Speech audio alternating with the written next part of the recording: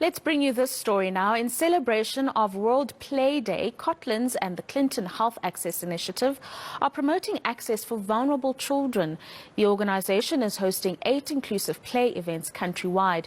To discuss this further, we're joined this afternoon by the acting Cotlands Chief Operating Officer, Mealang van Heerden. Thank you very much for joining us this afternoon.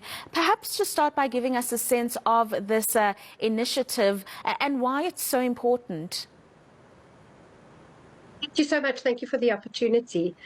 So this initiative is critically important because we have so much research that helps us understand the benefits of play. And when we create these inclusive environments where all children are welcome to play, and we include the adults in their lives in this play, we send many messages. We send messages to children that you're important. We send the message that play is important. And at the end of the day, lots of children walk away having had a good day with other children who may be different, look different, speak different, but at the end of the day, we all play. Now, you are hosting 8 different types of inclusive play across the country. Give us a sense of what exactly these are. So really, this is just, we find a space that's conducive to play, and that's primarily outdoors, and we set up multiple play stations, things where children can just spread themselves out, move about, and play with equipment they may not have access to. And we have a group of adults who are trained in play that facilitate this. And we encourage the children, choose the things you want to play with, find somebody to play alongside you, and ultimately just engage in multiple types of play. Free play, play with objects, play without objects, play with adults, or play with friends. But let's just play. And why is it important? Is it a psychological a positive, or does it encourage children to interact with others better? What are the actual benefits of encouraging play? So really, the social benefits are amazing. Children learn teamwork. Children learn to get on with others. Children learn to wait their turn. All of those things we expect adults to just know, and the way we expect adults to just behave, that's naturally learned through play. Those, what we often call our soft skills, waiting, taking turns, being patient, being nice, those kinds of things. But there's an absolute educational component to it too. Children learn to count when I have to wait for the 3rd one and then I can go. Children learn about science and maths when they mix things and things roll down a hill and I have to go catch it. That's gravity. And so the play benefits are never ending. The other benefit is bonding. We bond with the adults in our life when they find time to play with us. When adults take a minute and say, what do you want to do? What's important to you? Because if it's important to you, it gives you a sense of good self-esteem. It helps the relationship. And ultimately, play is a stress reliever in both adults and children. It's very difficult to engage in good, fun play and walk away not feeling better about yourself. Now, someone watching this conversation may think that it's an interesting or weird conversation to have, given that it's obvious that all children play whenever they get the opportunity. But in reality, that's not the case, is it? Even on school playgrounds, I'm sure. Yes, absolutely. Children's play is being curbed significantly. People see play as frivolous, and so we're told, man, you're wasting time, sit with a book, or sit with an iPad, or sit and do something perceived as constructive.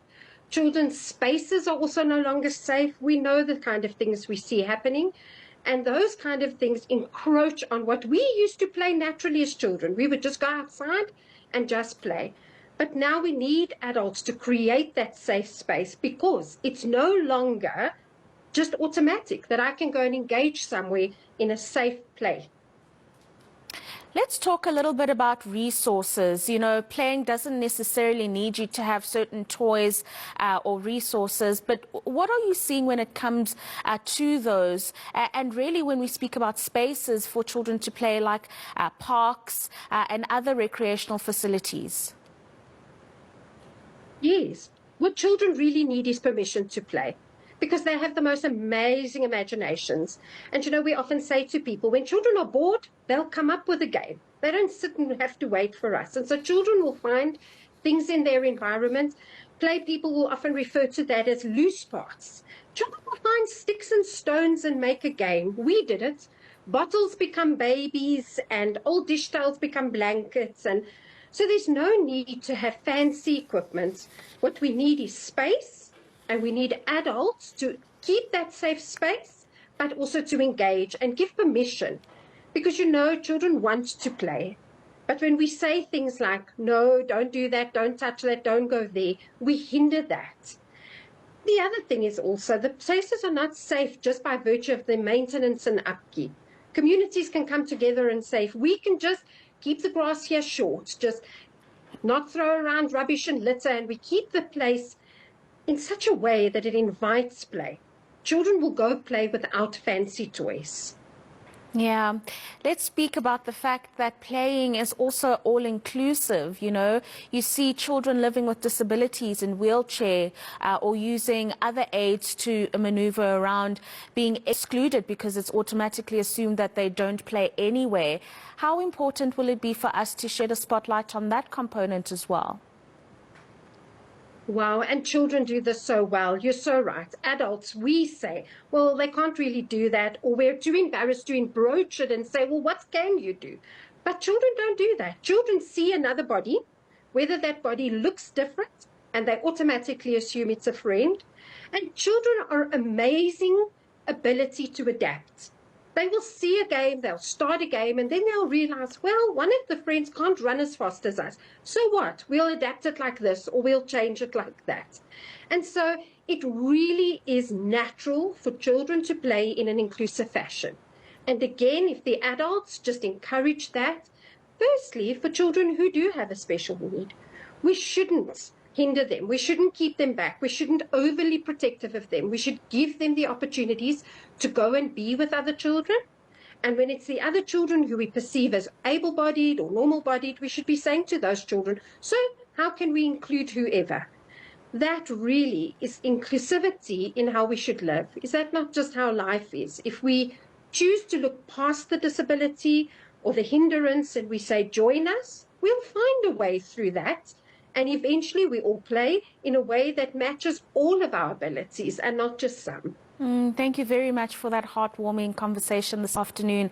That was Cotland's acting COO, Mealang van Heerden, joining us this afternoon to speak about a World Play Day, but the importance of playing and making sure that it is an inclusive experience for all children and even adults, as you've just heard there.